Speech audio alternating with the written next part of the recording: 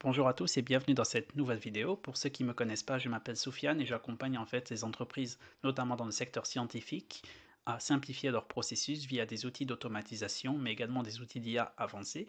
Du coup, si vous trouvez par exemple une de mes automatisations ou un de mes workflows qui vous intéresse, n'hésitez pas à me contacter. Ou bien si vous avez des idées particulières d'automatisation, on peut également en discuter parce que c'est possible d'optimiser et de créer ça sur mesure. Du coup, voilà, si ça vous intéresse, n'hésitez pas à me contacter. Dans cette vidéo, on va continuer la série des workflows sur des brevets et on va aller encore plus loin parce que ce workflow va être extrêmement complexe parce qu'il va nous permettre d'obtenir toutes les informations liées à des brevets, mais également créer des données externes comme on va créer des cartographies, on va générer des données statistiques, on va générer des liens hypertextes vers des brevets directement. En fait, ce workflow va vraiment nous donner toutes les informations possibles pour les brevets, ce qui est normalement facturé des milliers d'euros et qui prend plusieurs semaines par des cabinets privés, on va tout obtenir ça en une minute. Du coup, accrochez-vous bien parce que ce workflow est assez solide et voilà, ça demande d'être extrêmement attentif. Du coup, on se retrouve sur ma plateforme. On se retrouve sur ma plateforme pour vous présenter plutôt la deuxième vidéo sur la recherche de brevets avancés, cette fois-ci, où cette fois-ci on obtiendra vraiment toutes les informations concernant les brevets. Et je vais vous montrer directement ce qu'on peut obtenir. On va directement obtenir un lien qui va nous emmener vers l'espace brevet, où on va vraiment avoir toutes les informations liées au brevet, vraiment en détail. On va également obtenir ce genre de données statistiques où on va pouvoir en fait voir directement des entreprises concurrentes sur des domaines de recherche bien spécifiques. On va également obtenir une cartographie dans laquelle on va voir les différentes régions du monde qui s'intéressent à la thématique de recherche de brevets en question. Et pour finir, on va voir une tendance des brevets par année, à savoir si au fil des années, il y a un intérêt croissant ou au contraire s'il y a un désintérêt. Et ça peut nous donner de bonnes idées en tant que chef de laboratoire, scientifique, etc. pour savoir si c'est vraiment intéressant ou non de se lancer. Du coup, voilà, ce workflow, c'est un peu le workflow ultime sur des brevets parce qu'il va vraiment tout faire et il va faire beaucoup plus que ce que je vous ai montré, mais je vais vous montrer ça en, en live, on va dire en direct. Mais voilà, du coup, je vais lancer le workflow et on se retrouve. Du coup, comme d'habitude, on va sur notre Google Sheet et on va taper ici pour être fidèle à ce que j'ai tapé dans les précédentes vidéos. Je vais taper ici Retake Reaction, mais on pourra faire un deuxième test plus tard. Et du coup, je vais venir ici et je vais lancer Run et ça va prendre à peu près une minute. Du coup, on se retrouve dans une petite minute. Voilà, le workflow est terminé. On va voir les résultats directement dans Google Sheet. Du coup, voilà. Ici, on a les résultats. J'avais tapé ici comme mot-clé Retake Reaction. On a obtenu un total de 16 brevets pour la thématique de recherche, à savoir que j'ai défini certaines dates spécifiques, dont je vais vous montrer après dans le workflow. Du coup, voilà, ici on a le titre du brevet. Ici, Method of DNA Retake Reaction, tatati tatata. Ici, on a un abstract, c'est-à-dire directement une description du brevet. On a également le code par pays, ce qui va être très important pour faire nos données statistiques après. On a majoritairement, je pense, ici du chinois, mais il y a également coréen, États-Unis, etc. Et après, tout le reste ici, c'est des données statistiques propres à chaque brevet, le doc number, l'application date, le kind, family ID, ICP code.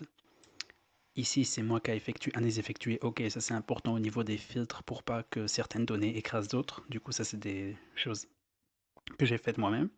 Ici, score de pertinence. En fait, ici, j'ai demandé à l'intelligence artificielle par rapport à la thématique de recherche, à savoir Retake Reaction, de regarder directement dans l'abstract si le brevet est vraiment intéressant ou non. Et j'ai demandé à en fait, OpenAI de me donner une note statistique avec un justificatif. Par exemple, on va prendre une qui a une note maximale. La requête sur la réaction de Wittig est directement pertinente par rapport à l'abstract qui décrit des méthodes spécifiques de réaction de Wittig appliquées à des substrats d'ADN. Des détails sur des types de substrats et des conditions de réaction renforcent la pertinence de la note. Ok, parfait. Ici, on a un lien vers le brevet. Du coup, je vais cliquer dessus et on va voir qu'est-ce qui se passe. Du coup, voilà, on a directement un lien vers le brevet. On se rappelle du titre qui correspond bien à ce titre, Method of DNA Heretic Reaction, tatati. Du coup, je retourne ici. Qu'est-ce qu'on a d'autre? On a également un lien vers les tendances annuelles. Je vais l'ouvrir. Du coup, voilà, ici on a les tendances annuelles. On voit qu'ici, en 2019, il y en a eu. Enfin, on va commencer plus bas. En 2008, il y en a eu un seulement. En 2009, 1, en 2010 2, et en fait, on va dire de 2008 à 2013, pardon, il y en avait plus ou moins un, puis après il y a une certaine, on va dire, accentuation où il y en a un peu plus qui se fait au fil des années, mais ça reste quand même très très limité. Quoi d'autre? Ici, on a un lien vers la cartographie des pays. Du coup, on va voir quelle région s'intéresse davantage au retake reaction. Ben, c'était comme tout à l'heure en fait. Ici, on a principalement la Chine en fait qui s'intéresse à ce type de réaction. On a également le continent américain et un petit peu en fait la Corée et le Mexique. Et je retourne dessus et on va voir un dernier lien pour voir les concurrents directs par rapport à cette thématique de recherche. Et ben, il y en a plusieurs et c'est majoritairement des entreprises chinoises et des universités, mais il y a également d'autres entreprises beaucoup plus connues comme AstraZeneca. Du coup, ça nous donne vraiment une bonne vision des principaux concurrents sur le domaine de recherche en question. Je vais voir ce qu'il y a d'autres temps de brevet que j'avais rajouté. Ici, le ID, c'est quelque chose de personnel important, c'est pour pas que certaines données écrasent d'autres. Je pourrais expliquer ça plus tard. Et ici, c'est le nom des sociétés par rapport à chaque brevet, quelle société a déposé le brevet. Du coup, voilà, ça nous a donné énormément d'informations et ça a pris 1 minute. Maintenant, je vais vous expliquer comment fonctionne ce workflow qui est vraiment super complexe et qui donne vraiment énormément d'importance. Parce qu'il faut savoir que normalement, ce type de données, toutes ces données qu'on obtient ici, etc., c'est vraiment du travail qui est extrêmement coûteux, qui est facturé par des cabinets privés, on va dire, d'analyse des brevets. Parce que je me souviens quand je travaillais en entreprise, avant de me lancer à mon compte, en fait, on demandait à certaines entreprises de nous faire des recherches de brevets pour savoir si c'est brevetable ou si c'est déjà breveté. Bah, ils nous facturaient ça quelques milliers d'euros pour des choses nettement moins, on va dire, nettement moins développées que ce que je vous montre à l'instant. Du coup, voilà. Du coup, je vais vous expliquer étape par étape comment j'ai créé ce workflow qui, mine de rien, a demandé énormément de travail et qui est assez complexe. Du coup, on va faire ça en douceur. Ce sera probablement une très longue vidéo. Du coup, si tu as le temps, accroche-toi et on démarre. Du coup, je vais essayer d'être très très précis et de rentrer dans les détails. Du coup, on va commencer. Le premier, le premier module, c'est un module en fait Google Sheet, Watch New Rows. Et du coup, qu'est-ce qu'il va faire ce module en fait? Ce module, comme dans les autres workflows que j'ai montré, en fait, il va surveiller les nouvelles entrées dans le document Google Sheet. C'est-à-dire qu'à chaque fois qu'on rentrera une nouvelle entrée, en fait, ce module va directement aller le récupérer, saisir la thématique de recherche et en fait la stocker dans Make et voilà, elle a bien ici récupéré Retake Reaction. Si on veut ce module, c'est un module de récupération de données, mais on ne fait encore rien avec ces données, c'est simplement les récupérer pour ensuite les exploiter. Ici, j'ai mis entre ces deux modules un filtre. En fait, c'est un filtre qui va servir à quoi? Ici, vous voyez, il y a écrit analyse effectuée et j'ai mis une condition. La condition, c'est si l'analyse a été effectuée, et bien en fait, l'information qui a été récupérée ne pourra passer que si elle ne contient pas dans sa case ici, OK, dans analyse effectuée. Je vous explique. J'avais fait ici une fenêtre, où est-ce que c'est? Analyse effectuée. Du coup, si elle contient le mot OK, elle ne pourra pas passer le filtre parce que pour la suite, en fait, je vais taper d'autres mots de recherche et pour éviter en fait que le premier module récupère des lignes ici, par exemple celle-ci, qui ne contient aucune information, mais elle va quand même aller les récupérer, et ça sert à rien. Du coup, pour éviter que ça récupère des lignes qui ne sont pas intéressantes, en fait, tous ceux qui n'ont pas le mot OK pourront être récupérés, et ceux qui ont le mot OK ne pourront pas être récupérés. Ça nous évite de récupérer des choses qui ne nous intéressent pas. Par exemple, si ici je vais taper après, on fera cette recherche pour après, Mechanochemical Polymerization. C'est un sujet très tendance en ce moment. Et ben, si je lance ensuite une recherche, en fait, qu'est-ce qui va se passer? Le module va aller regarder en fait toutes ces cases ici, mais vu qu'elles auront le statut OK, analyse effectuée, elles ne vont pas être prises en compte grâce au filtre que j'ai mis ici. Mais celle-ci, Mechanochemical Polymerization, qui n'a pas ici de statut OK, pourra être saisie. Ainsi, on évite d'écraser les autres données euh, au profit d'une donnée qui nous intéresse. Du coup, on va continuer. Le deuxième module, c'est un module requête HTTP. Et en fait, qu'est-ce qui se passe ici? C'est qu'en fait, on va simplement demander à la base de données EspaceNet, qui est en fait celle-ci, un accès. Et pour obtenir cet accès, en fait, on doit demander un access token. Du coup, faut créer un code d'authentification via leur site web et ensuite faire une demande ici pour avoir un access token. Et une fois qu'on a cet access token, en fait, on va pouvoir accéder aux bases de données. Ici, ce module, c'est simplement pour faire une demande, mais on n'entre pas encore, on n'a pas encore fait de requête particulière. Ici, c'est le parse JSON. En fait, c'est du parsing, c'est simplement en fait transformer les informations brutes en informations qui sont compréhensibles par make.com. Ensuite, ici, c'est simplement, je stocke simplement une variable, c'est set variables, je stocke simplement l'access token qui m'avait été donné en fait. Et c'est cet access token qui va me permettre d'accéder aux données de EspaceNet et aux différents brevets. Et justement ici, ben, c'est ici en fait que grâce à l'access token ici, je vais introduire cet access token ici. Et cet access token du coup va me permettre de récupérer des informations au moyen d'une requête spécifique via cette URL que j'ai créée.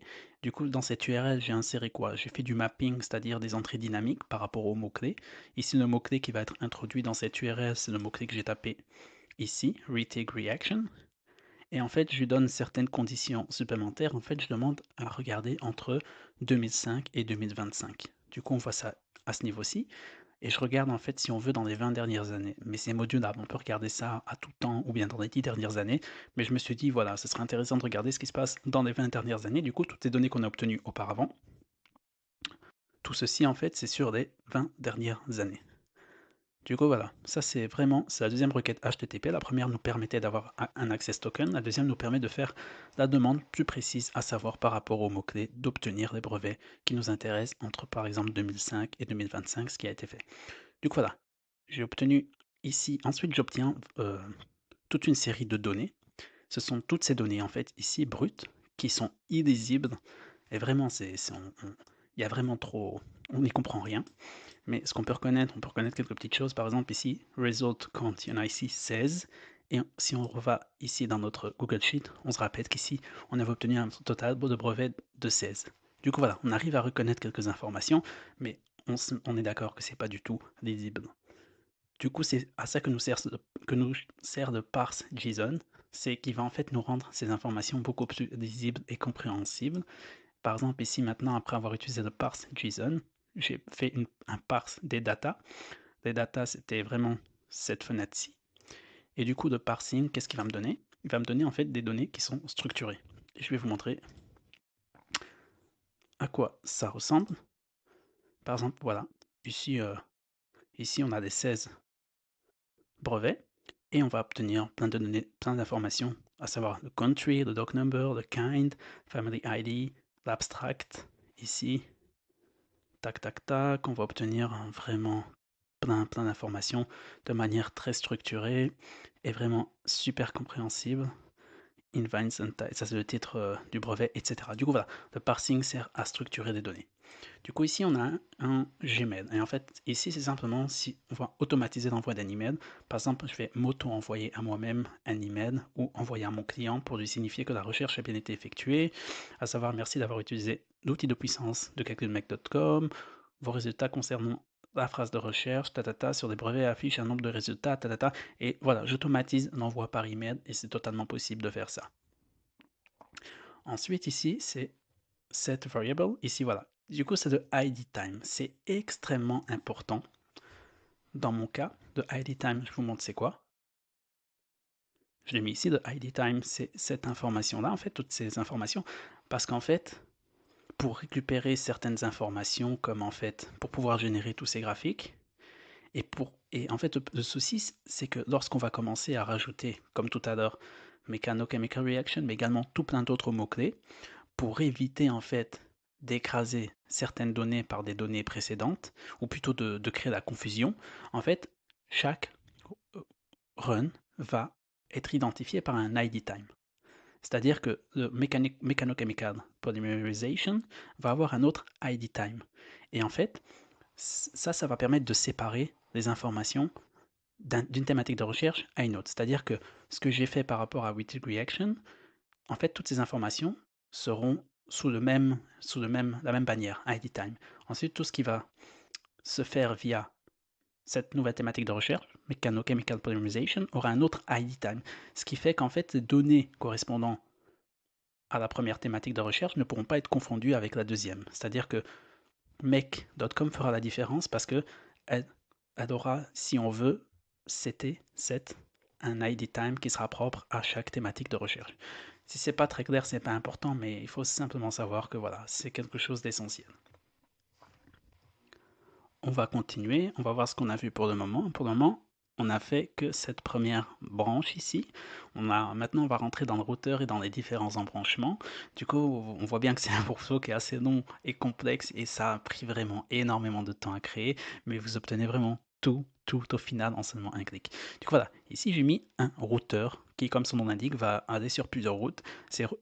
Les routes l'ordre est important. Ici, on voit qu'il y a écrit première route, deuxième, troisième, quatrième. Du coup, le sens c'est important parce que je vais remplir le Google Sheet et certaines informations seront, on va dire, écrites dans Google Sheet qui serviront dans d'autres routes. Du coup, voilà, il faut vraiment que l'ordre soit important. C'est vraiment de l'ingénierie parce qu'en fait, tout est calculé. Du coup, on va continuer. Du coup, ici, j'ai utilisé un module itérator. Un module itérator, du coup, qu'est-ce que ça va faire? En fait, c'était où? C'était itérator de quel module? Je regarde. Ok. Voilà. Du coup, j'ai fait ici l'itération en fait de ce qui est indiqué ici. Et ça, c'est ce que je vous avais montré tout à l'heure. Toutes les informations concernant les brevets, etc. Mais le problème, c'est qu'en fait, il m'a mis tout ça dans un seul et même bundle. Si on veut, c'est une seule et même box. Mais pour pouvoir les rajouter en fait une par une ici, en fait, j'ai besoin de créer des itérations et de les avoir en bundle séparés, c'est-à-dire chacun dans sa box. Et en fait, l'itérator, au contraire de l'agrégator, l'itérator va en fait splitter et me créer différents bundles. Du coup, ici, si on va dans le output, on voit qu'ici on a bundle 1, bundle 2, bundle 3, etc. Du coup, ça a simplement séparé les différents brevets pour que je puisse les récupérer individuellement juste après. Ensuite, qu'est-ce qui se passe ici? J'ouvre ici. Ici, c'est le module OpenAI. C'est ici qu'on va jouer avec l'intelligence artificielle. Voilà. Ici, en fait, dans cette route, ce que je vais faire, c'est qu'en fait, je vais obtenir le score de pertinence que je vous avais montré tout à l'heure, à savoir une note de 1 à 5 pour savoir si le brevet est intéressant ou pas, si vous voulez, enfin, si vous avez fait la recherche avec la thématique de recherche, mais vous voulez savoir si l'article est également pertinent. Du coup, pour pas perdre de temps et tout se dire, ben, j'ai demandé à l'intelligence artificielle de donner un score de pertinence. Quoique à la base, c'est déjà pertinent parce qu'il fait une recherche basée sur les titres, mais ensuite je demande une recherche également basée sur le contenu de l'abstract pour être certain que c'est intéressant. Mais on voit quand même que pour la majorité, c'est pertinent, c'est normal, mais quand même, il y a quelques-uns qu'il faut retirer. Du coup, c'est une double vérification, si on veut. Et il y a certains qui sont vraiment pas intéressants. Par exemple, ici, le 1, je vais le dire avec vous. L'abstract mentionne un processus pour la préparation d'un ester sans lien direct avec la réaction de Wittig qui est spécifique à la formation de double liaison carbone. Les mots-clés ne sont donc pas pertinents par rapport à l'abstract. Du coup, voilà, on voit que c'est pas infaillible et que ce score de pertinence nous permet d'exclure, on va dire, des données excentriques. Du coup, voilà. Et du coup, j'ai créé ici un prompt où en fait, je demande, voilà, ci-dessous, tu trouveras une requête basée sur des mots-clés ainsi que l'abstract qui lui est associé. Je désire, et c'est ici, j'ai entré dynamiquement l'abstract et les mots-clés. Je désire obtenir une note de pertinence du brevet, un peu pertinent à 5 très pertinent, en te basant sur l'intitulé des mots-clés et sa pertinence par rapport à l'abstract. Et en 2, je lui demande une explication justificative, etc. etc. Et je lui dis voilà, s'il n'y a pas d'abstract, ok, voilà. Tout ça, c'est des informations. Et je lui demande de me répondre dans un format JSON, qui est un format qui sera utilisé plus tard pour générer les données. Du coup, voilà. Et je joue également avec des données comme la température, etc. pour vraiment obtenir des données affines et précises.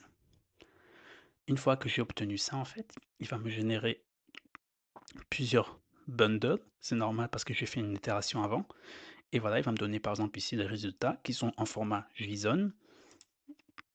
Et en fait, ça, pourquoi je lui demande de me faire ça en format JSON? C'est parce qu'en fait, ici, le parsing fonctionne que sur du JSON. Du coup, pour obtenir des données, on va dire, interprétables et surtout manipulables, on a besoin des données JSON. Et du coup, pour le premier embranchement, on va finir avec un Google Sheet, mais pas n'importe quel, add a row. On se rappelle que en fait, le premier, c'était un Google Sheet Watch New Rows pour détecter des nouvelles données dans le Google Sheet. Mais ici, add a row, cette fois-ci, on va ajouter des données comme le nom l'indique. Et ça, je vous montre directement comment ça fonctionne. Du coup, ici, j'ai rajouté dans le spread ID, j'ai rajouté toujours le même brevet. C'est ce même brevet qui possède le même nom ici, hein, brevet espace net. Et si on regarde ici, c'est brevet espace net. Ensuite, ici, j'ai fait du mapping. Le mapping, c'est un terme essentiel dans make.com où en fait, on va associer certaines informations d'autres modules au module qu'on veut. Du coup, ici, nom du brevet, et c'est en fait tout ça qui va me permettre de remplir toutes ces informations, à savoir nombre de brevets, titre du brevet, résumé, country, doc number, retenez ça. Du coup, ici, nombre de brevets, titre, résumé, country, etc., etc., etc. Analyse effectuée, OK. Score de pertinence qu'on a généré, je fais une mapping ici, etc. Et ici, de lien vers l'espace net où on a un accès direct au brevet, en fait, je l'ai également généré via ce module où j'ai introduit en fait un URL spécifique en introduisant du mapping et certaines données propres à chaque brevet. Du coup, voilà, ça clôture le premier embranchement. On voit que c'est vraiment beaucoup de travail, mais c'est loin d'être encore fini. Du coup, on va passer maintenant au deuxième embranchement. J'espère que vous tenez toujours le coup. Du coup, on démarre le deuxième embranchement. Alors, pour le deuxième embranchement, qu'est-ce qu'on va essayer de faire ici? En fait, ce deuxième embranchement, le premier servait, pour rappel, à compléter les données essentielles, titre du brevet, doc number, application date, si on veut, à compléter ce tableau. Ce deuxième embranchement, et aussi obtenir le score de pertinence, très important, mais le deuxième embranchement va nous servir en fait à obtenir des tendances annuelles. On va générer ceci grâce en fait au deuxième embranchement, et je vais vous montrer comment on génère ceci. Du coup, on part en fait du Google Sheet. Et ici, je vais récupérer certaines informations. Je vais récupérer, ici, je vais zoomer, pardon. Du coup, voilà, ici, c'est un autre Google Sheet, mais pas de même, un différent, get range values. Et du coup, en fait, je vais récupérer certaines informations, comme son nom l'indique, get range values, de G3 à R. Et on va voir c'est quoi G3 à R. Du coup, de G3 à R, tac, tac, tac. Du coup, la colonne G, c'est ici. Du coup, ici, en fait, j'ai quoi? J'ai les différentes dates des brevets, etc. Et jusqu'à R, j'ai quoi? Tata, j'ai le ID number, voilà. Parce qu'en fait, j'ai envie qu'il me récupère des données par rapport à la thématique Retake Reaction. Du coup, j'associe en fait le ID qui est unique à cette recherche. En fait, j'associe ce ID aux dates. Où est-ce que c'est? Aux dates, aux application dates. Ce qui fait que quand je ferai d'autres recherches plus tard, il n'y aura pas de confusion. Du coup, voilà, c'est simplement une récupération de données, de saisie par rapport à un ID bien spécifique. D'ailleurs, je mets un filtre ici, Time ID Filter. Et qu'est-ce qui se passe ici? Je lui dis, voilà, la condition pour pouvoir laisser passer ces données, c'est qu'en fait, la colonne 84, enfin la colonne R, c'est-à-dire cette colonne-ci, la colonne R, doit avoir le ID time qui correspond au ID time qui a été généré lors du lancement de la recherche. Parce que chaque recherche aura un ID time bien spécifique que j'ai seté. Du coup, voilà, seules les informations par rapport à la thématique de recherche passeront parce qu'ils auront un identifiant unique. Ensuite, ici, j'ai le contraire de l'itérator, j'ai l'agrégator. Et du coup, ici, en fait, je vais récupérer non pas plusieurs bundles comme l'itérator, mais un seul bundle. Ce que j'ai envie de faire, en fait, c'est que toutes ces dates ici, j'ai envie de les récupérer, si on veut, dans un seul et même paquet. Et c'est ce qu'on va faire ici. Du coup, ici, j'ai paramétré pour récupérer la colonne G qui contient les dates, la colonne G. Et tout ça va être réuni dans un seul et même bundle. Et je vais vous montrer à quoi ça ressemble. Non, ça c'est le input. Il faut regarder dans le output. Et du coup, voilà. Ici, on a un seul bundle et on a un array qui est un tableau qui contient en fait toutes les dates. Et en fait, pour créer ces tendances, il faut que je récupère seulement des années. je m'en fiche un peu des mois et des jours, mais seulement les années. Et c'est là qu'on va jouer avec l'intelligence artificielle, où ici je vais demander en fait, je vais demander à ce qu'il me récupère des dates sous un certain format qui se trouve dans l'arrêt, etc. Et voilà, je vais pas tout vous montrer, mais voilà. Et ici, je vais lui demander de me... Qu'est-ce que je vais demander? Un instant, ça s'ouvre. Toc, toc, toc. Tac, tac. Voilà, ici, je lui demande de me transformer les données dans un format CSV qui est en fait de format qui va être possible, qui va être utilisé pour créer ceci dans Data Wrapper, parce que Data Wrapper accepte que des formats CSV. Du coup, voilà, je rentre pas en détail parce que sinon ça va vraiment mettre trop de temps la vidéo. Mais voilà, ici, j'ai récupéré les dates. Je joue avec l'intelligence artificielle pour modeler en fait on va dire, de format dans lequel ces données vont être interprétées plus tard parce que ce sera nécessaire d'obtenir le format CSV. Et ce format CSV, en fait, qu'est-ce qui va se passer? Ensuite, je vais jouer avec des modules, avec des modules ici. Tac, tac, tac. Je vais cacher ça ici parce qu'il y a un code unique. Ici, on va jouer en fait avec des requêtes HTTP pour obtenir en fait des accès à Data Wrapper. Et ensuite ici, on va pouvoir faire nos différentes requêtes dans les modules make.com. Je vais cliquer ici.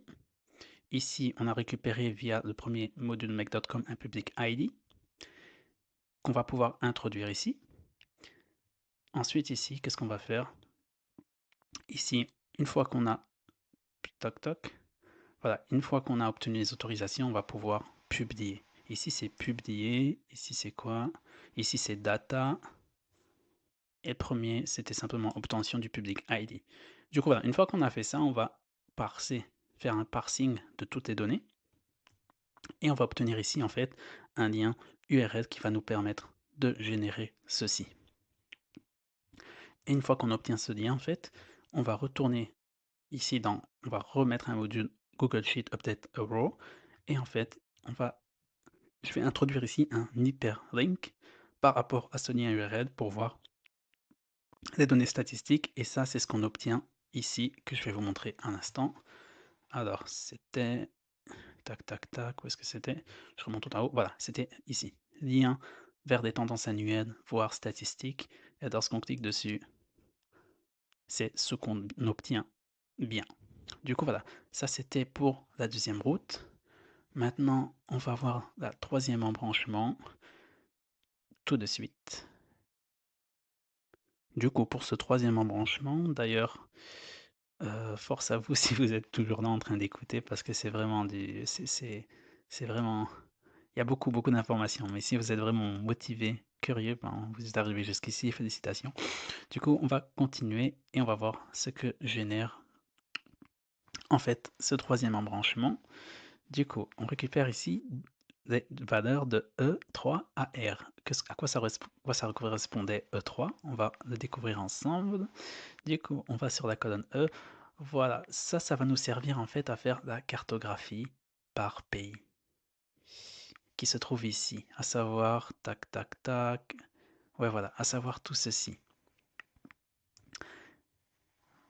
Ok, très bien. Du coup, on va retourner ici. Ici, je récupérais comme tout à l'heure des E3 par rapport à R. R, c'est le ID time. Du coup, en fait, le ID time sera propre à la thématique de recherche. Je ne réexplique plus, mais ça vous l'aurez compris peut-être. Et du coup, on va faire comme tout à l'heure. On va utiliser un array agrégateur pour récupérer uniquement les codes par pays, les codes de lettres par pays, et c'est ce qu'il va faire dans un seul et même paquet, à savoir ici on va récupérer Chine, Chine, etc. À savoir qu'il y a certaines choses que je demande d'exclure, à savoir WO et EP. EP ça veut dire EP et WO, ce sont en fait, c'est pas des pays, mais ce sont des organismes comme l'Office européen des brevets ou ce genre de choses. Du coup, ça m'intéresse pas de montrer ça dans une cartographie parce qu'on peut pas le mettre, on peut pas cibler un seul pays. Du coup, j'ai exclu en fait ces données-là. Et en fait, ça, je l'exclus en demandant à OpenAI de m'exclure ceci. Du coup, voilà, je lui demande ici de m'écrire ça sous un certain format. Et ici, je demande si tu vois la juridiction WO et EP, tu peux les exclure. Ensuite, ici, pour générer cette cartographie, je dois introduire du code HTML.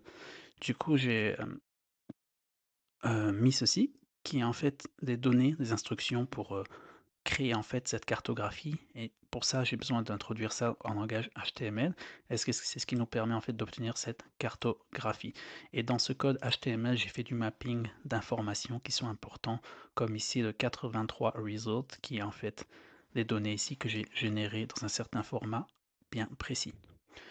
Une fois que j'ai obtenu ici, que j'ai généré ici un lien pour la cartographie via le code que j'ai introduit, ben on va faire comme tout à l'heure, update a new row. Et cette fois-ci, on va introduire un hyperlink du lien vers la cartographie. Et c'est ça qu'on observe en fait ici, lien vers la cartographie par pays. Du coup, voilà, je vous montre vraiment étape par étape comment on construit ce workflow, hein.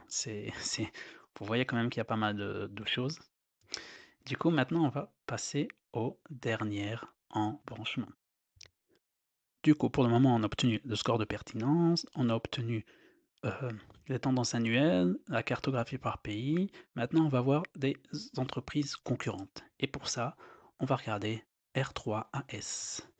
Du coup, la colonne R, c'est la colonne du ID time, et la colonne S, c'est la colonne des entreprises. Du coup, le get range value Google Sheet, comme pour les précédents, on va récupérer des données. Ensuite, ici, on a un filtre comme tout à l'heure en fait. On laisse passer que des informations qui correspondent à un certain ID time. Ensuite, ici, comme tout à l'heure, on a un array aggregator pour tout regrouper sous un seul et même paquet, et où on récupère ici tous les noms des entreprises par rapport au brevet, à chaque brevet. Ensuite, ici, je vais demander en fait à l'intelligence artificielle de me... Toc toc. Voilà. Je vais demander à l'intelligence artificielle de tous me les récupérer sous un certain format et de m'indiquer également entre parenthèses le nombre de brevets qu'a créé chaque entreprise. Par exemple, AstraZeneca, on a créé 2. Ici, UNIF, Adim, Inda, Coopfund, et c'est une université coréenne, on a créé une, etc. Voilà, c'est vraiment, je lui demande de faire du formatage, si on veut. Et ici, j'ouvre ici, voilà, en langage HTML, je vais lui demander en fait, via l'introduction de données dynamiques, comme ici, je vais lui demander en fait de me créer ce petit camembert où on voit toutes ces entreprises avec leur poids par rapport au nombre de brevets qu'ils ont créés. Et du coup, voilà, c'est ce que je fais ici. Ça va me générer un lien, comme tout à l'heure, que je vais pouvoir mapper de manière dynamique pour créer ici un hyperlien qui va en fait être ce lien ici, voir données, je vais cliquer ici. Et voilà, c'est bien ce qui a été formé. Du coup, voilà, ça termine ce workflow super long. Je vais faire un dernier exemple où on va pas analyser, on va pas revenir sur tous les modules, mais je vais vous montrer directement qu'on peut refaire d'autres analyses en continu de manière indéfinie. Du coup, pour ce dernier exemple, très rapidement, je vais retourner ici. J'avais déjà tapé tout à l'heure Mechanochemical Reaction. Du coup, cette fois-ci, on va lancer la recherche sur Mechanochemical Reaction. C'est quoi en fait Mechanochemical Reaction? En fait, c'est des réactions de polymérisation qui se font par action mécanique, c'est-à-dire sans solvant. Vraiment, ça peut être par broyage, par des méthodes, on va dire, physiques. C'est une tendance qui se fait de plus en plus. Ça suit les principes de la chimie verte, c'est économique et ça a plein d'avantages. Mais c'est encore en plein développement et c'est un sujet, on va dire, en émergence. Enfin, bref, je vais vous montrer comment ça fonctionne. Je vais lancer ici le run, ça va prendre une petite minute que je vais skip. Du coup, on se retrouve dans une minute. Le workflow est terminé. On va aller sur mon espace ici. Du coup, voilà. Pour cette thématique de recherche, entre 2005 et 2020, comme j'ai dit, c'est un sujet qui est en émergence. Du coup, au cours des 20 dernières années, pour la Mechanochemical Reaction, 4 brevets ont été déposés. Et on remarque que pour cette thématique de recherche, c'est plutôt les Chinois qui sont activement dessus parce qu'il n'y a que eux qui sont représentatifs de cette thématique de recherche. Je vais aller ici voilà, ici le ID time. On voit que le ID time est différent par rapport Witty Reaction, et c'est ce qui rend en fait chaque recherche unique, ce qui fait qu'en fait, lorsqu'on va générer des cartographies, etc., ce sont des cartographies qui sont liées à un identifiant, un ID qui est unique. Du coup, il ne peut pas y avoir des données d'une recherche qui va, entre guillemets, s'immiscer dans une autre recherche. Du coup, chaque donnée sont propres. Du coup, voilà, ça a généré ici 4 brevets. On peut cliquer ici pour voir, comme tout à l'heure, les patents, les brevets de manière beaucoup plus détaillée. On peut également voir les tendances annuelles. Ça a été fait en 2013, puis il y a eu un cru, on va dire, de 6 ans jusqu'en 2019. On va voir ici par pays, bon, sans grande surprise, ce sera que la Chine. Et oui, c'est que la Chine, comme on l'avait pressenti. Tadadam, quoi d'autre? Ici, lien vers la cartographie des concurrents. À mon avis, ce sera très limité. Ouais, il y en a que 2 et c'est des universités en fait, des universités chinoises. Université South Central Nationality and Univ Zhenjiang. Du coup, voilà. Quoi d'autre? Et puis, c'est tout en fait. Et tout le reste, ce sont des données. On a ici score de pertinence. On a ici toutes ces informations par rapport aux patentes. On a ici les titres des patentes qui sont à la base chinois mais traduits. Et ici, on a l'abstract, un résumé qui nous explique en quoi ça consiste. Du coup, voilà, c'est la fin de ce très long workflow super complet et complexe également. Mais voilà, en tout cas, je vous remercie d'avoir suivi jusque-là. Si vous avez besoin en fait d'implémenter ce workflow, c'est possible. Du coup, il suffit de me contacter, on peut en discuter. Il n'y a aucun souci là-dessus. Du coup, voilà, moi je vous dis à très bientôt. Prenez soin de vous et si vous voulez soutenir mon travail et ma chaîne, du coup, n'hésitez pas à vous abonner, à laisser un petit commentaire, ça fera toujours plaisir. Et moi je vous dis prenez soin de vous et à très bientôt. Ciao.